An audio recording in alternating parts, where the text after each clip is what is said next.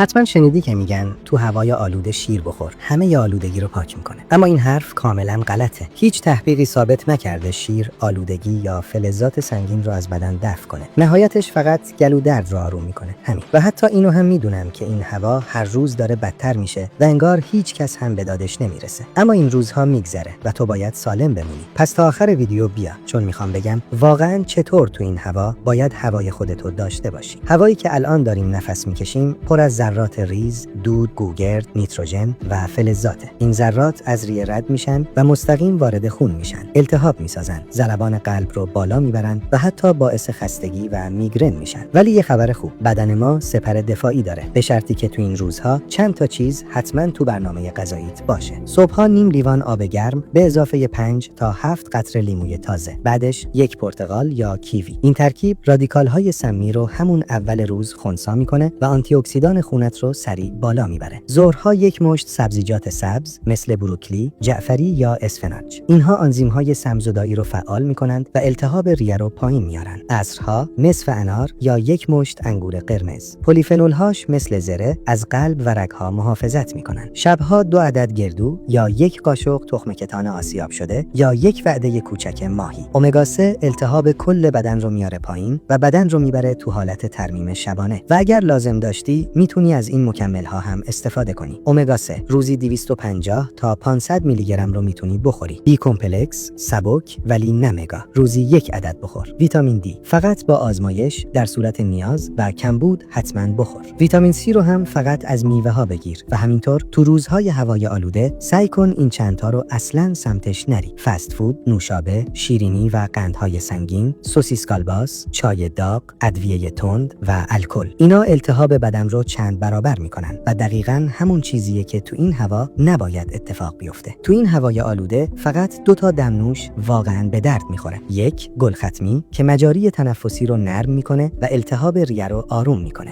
2 زنجبیل کم و ملایم که یه ضد التهاب طبیعیه. اما یادت باشه دمنوش‌های دارچین یا نعناع غلیظ فقط ریه رو تحریک میکنن و اوضاع رو بدتر میکنن. پس یادت باشه تو این روزهای آلوده منتظر معجزه نباش. اما اگر صبح درست شروع کنی، ظهر پاکسازی کنی، عصر زره ببندی و شب ضد التهاب بخوری، میتونی هوای خودتو داشته باشی، چون تنها کسی که میتونه نجاتت بده خودتی. این ویدیو رو ذخیره کن و بفرست برای کسی که توی شهرهای آلوده زندگی میکنه. شاید سلامت یه نفر رو نجات بده. اگه از این سبک ویدیوها دوست داری، برای دیدن محتوای بیشتر علمی و واقعی، پیج تناسب پلاس رو حتما فالو کن.